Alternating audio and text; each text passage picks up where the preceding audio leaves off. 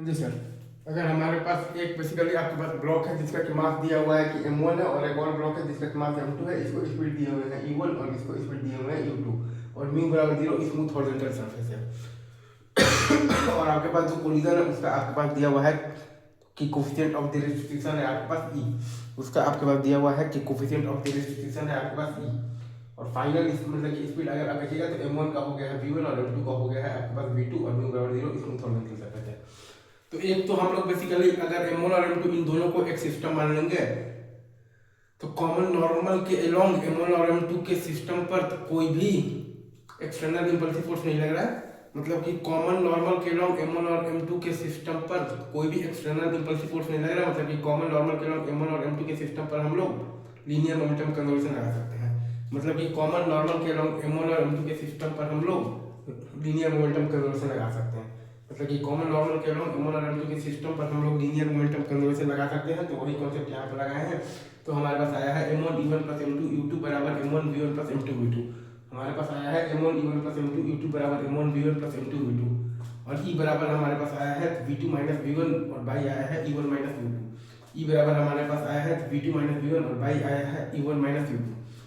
तो इन दोनों इक्वेशंस को सॉल्व करने पर v1 बराबर आ जाएगा m1 e1 plus m2 u2 minus m2 e into e1 minus u2, और बाई m1 प्लस m2 हमारे पास आ जाएगा v1 बराबर m1 e1 plus m2 u2 minus m2 e into e1 minus u2, और by आ जाएगा m1 और plus m2, और v2 बराबर हमारे पास आ जाएगा m1 e1 plus m2 u2 और plus m1 e into e1 minus u2, और बाई आ जाएगा m1 प्लस m2। हमारे पास आ जाएगा v2 बराबर आ जाएगा m1 e1 plus m2 u2 और plus m1 e into e1 minus u2, और बाई आ जाएगा m1 और plus m2। Easy, I guess आपको ये पूरा कॉन्सेप्ट बहुत अच्छे से समझ में आ गया होगा कि कैसे निकालते हैं और क्या क्या कॉन्सेप्ट होता है, क्योंकि ई का इक्वेशन हम लोग बेसिकली कॉमन नॉर्मल के लॉन्ग लिखते हैं, और लिखते क्या है तो वेलोसिटी ऑफ द सेपरेशन और बाई तो velocity of the approach.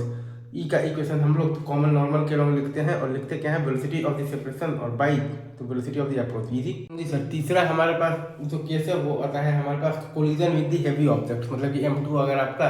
m1 से बहुत ही ज़्यादा बड़ा है तो आपके पास v2 बराबर u2 आ जाएगा। तो बड़े वाले मास का स्पीड में तो कोई खास चेंज नहीं आएगा, और आपके पास v1 बराबर आप सेम मेथड से आप निकाल दीजिएगा, e का इक्वेशन खाली यूज कीजिएगा तो u2 minus e times e1 minus e2, तो v1 बराबर आपके पास आ जाएगा u2 minus e times e1 minus e2। Simply आपको खाली e का इक्वेशन यूज करना है, और इसमें कोई भी रॉकेट साइंस नहीं है, बिल्कुल मत इस चीज़ से डरिएगा, ठीक है। और कुछ है क्या, ई का इक्वेशन यूज करना है, और बाकी आपके पास जब मास मतलब m2 बहुत ज़्यादा बड़ा है m1 से तो आपके पास v2 बराबर u2 आ जाएगा। इजी, तो collision with the heavy objects and with make sense obviously.